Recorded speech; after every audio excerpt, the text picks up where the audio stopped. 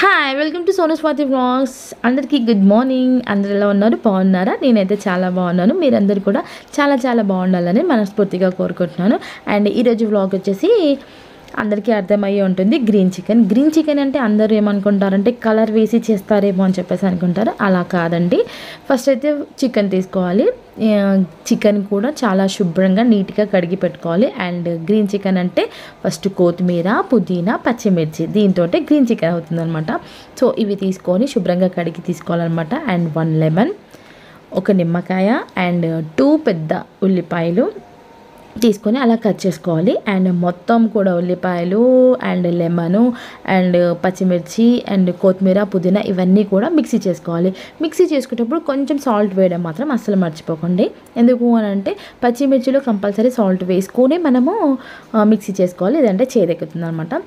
ఇలా stove on చేసుకొని కడాయి పెట్టి దాంట్లో కొంచెం ఆయిల్ వేసుకొని, మేము కడాయి పెట్టలేదు, ఏంటంటే కుక్కర్ పెట్టాము. అండ్ ఉల్లిపాయ, ఇది సాంబార్కి కట్ చేసుకుంటాం, సో అలా కట్ చేసుకోవాలన్నమాట. సాంబార్కి లేదా కట్ చేసుకుంటామో అలా పెద్ద పెద్దగా ఉల్లిపాయలు కట్ చేసుకొని ఆ ఆయిల్లో వేసేసుకొని మొత్తం అంతా ఫ్రై చేసుకుంటాను అనమాట. కొంచెం బ్రౌనిష్ కలర్ అయ్యేంత వరకు అలా ఫ్రై చేసుకోవాలి. ఫ్రై చేసుకున్న తర్వాత ఇప్పుడు మసాలా జస్ట్ ఏంటంటే ఒక 4 లవంగాలు, 2 ఇట్లా చిన్న దాల్చిన చెక్క ముక్క అండ్ ఇలాచీలు ఒక 2 అలా వేసేసి, అండ్ ఉల్లిపాయల్లో కొంచెం సాల్ట్ వేసేసి కొంచెం అట్లా ఫ్రై చేయాలి. దాని తర్వాత ఈ మసాలాలు ఇవి కూడా వేసేసి అలా ఫ్రై చేయాలన్నమాట. ఫ్రై చేసిన తర్వాత కొంచెం అల్లం వెల్లుల్లి పేస్ట్ వేసి, అల్లం వెల్లుల్లి పేస్ట్ అండ్ పచ్చి వాసన పోయేంత వరకు అలా వేయించుకోవాలి. అంటే మనము 1/2 kg చికెన్ తీసుకున్నాం కాబట్టి సో అల్లం వెల్లుల్లి పేస్ట్ కొంచెం ఒక 1 టేబుల్ స్పూన్ అవుతుందన్నమాట. సో చూస్తున్నారు కదా, మొత్తం అంతా అల్లం వెల్లుల్లి మొత్తం ఉల్లిపాయకి పట్టేసింది. సో మిక్సీ చేసి పెట్టుకున్నాక కొత్తిమీర, పుదీనా, పచ్చిమిర్చి, సో ఆ పేస్ట్ అనేది మొత్తం ఇందులో వేసేసేయాలి. మళ్ళీ కూడా చెప్తున్నాను, ఆ పచ్చిమిర్చి పేస్ట్లోనే నిమ్మకాయ కూడా పిండేసాను. దాని తర్వాత కొంచెము పచ్చిమిర్చి పేస్ట్ కూడా వేసేసిన తర్వాత అది కొంచెం పచ్చివాసన పోయేంత వరకు వేయించుకొని, దాని తర్వాత మనం శుభ్రంగా కడిగి పెట్టుకున్న చికెన్ ఏదైతే ఉందో అదంతా దాంట్లో వేసేసి మొత్తం అంతా కలిపేసుకోవాలన్నమాట. కలిపేసుకొని ఒకసారి మూత పెట్టేసి కొంచెం సేపు అలా మగ్గనిచ్చి మూత తీసి మళ్ళీ ఒకసారి కలిపేసుకోవాలి. కలిపేసుకున్న తర్వాత చిటికెడు పసుపు అండ్ 1 టేబుల్ స్పూన్ కారం ఎక్కువగా తినేవాళ్ళు 1 టేబుల్ స్పూన్ దగ్గర 2 టేబుల్ స్పూన్ కూడా వేసుకోవచ్చు. అండ్ మొత్తం అంతా ఒకసారి కలిపేసుకోవాలి. సాల్ట్ అయితే వేయలేదు, ఎందుకనంటే ఉల్లిపాయలు వేగేటప్పుడు కొంచెం సాల్ట్ వేసాము అండ్ పచ్చిమిర్చి దాంట్లో కూడా సాల్ట్ వేసాం కాబట్టి వేయలేదు.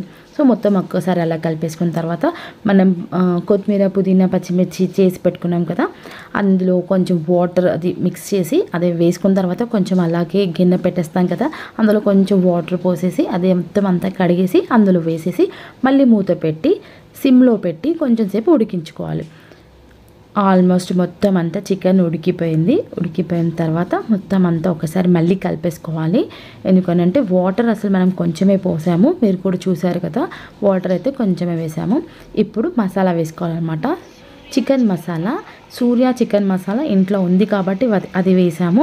మీరైతే సూర్యానే వేయాలని అయితే ఏం లేదు, ఏ మసాలా ఉంటే ఆ మసాలా వేసుకోవచ్చు, అది కూడా చికెన్ మసాలా. ఇది వచ్చేసి గరం మసాలా కొంచెం ఇంట్లో చేసి పెట్టుకుంది ఉండిందన్నమాట, అదే వేసాము.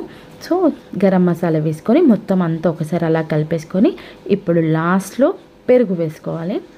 పెరుగు వేస్తేనే ఈ గ్రీన్ చికెన్కి అనేది టేస్ట్ బాగుంటుంది అండ్ కలర్ కూడా కొంచెం డిఫరెంట్గా ఉంటుంది. మరీ ఇట్లా బ్లాక్గా అట్లా కాకుండా కొంచెం గ్రీన్ అనేది కొంచెం మంచిగా కనపడుతుంది అనమాట. సో అందుకనే పెరుగు వేసుకోవాలి. పెరుగు వేసుకొని కొంచెం సేపు అలా కలిపేసుకొని ఒక్కసారి అలా మూత పెట్టేసి ఒక 5 మినిట్స్ ఉడికించుకుంటే గుమగుమలాడే chicken curry ready. Green chicken curry ready అయిపోయింది. సో ఇది రోటీలో కానీ, చపాతీలో కానీ అండ్ రైస్లోకి కానీ అండ్ బగారా రైస్లోకి కానీ చాలా అంటే చాలా సూపర్గా ఉంటుంది. వేడి వేడి అన్నం, వేడి వేడి గ్రీన్ చికెన్ రెడీ. సో ఈ వీడియో కనుక మీకు నచ్చినట్లయితే లైక్ చేయండి, షేర్ చేయండి, కామెంట్ చేయండి. ప్లీజ్ సబ్స్క్రైబ్ చేసుకోవడం మర్చిపోకండి. బాయ్.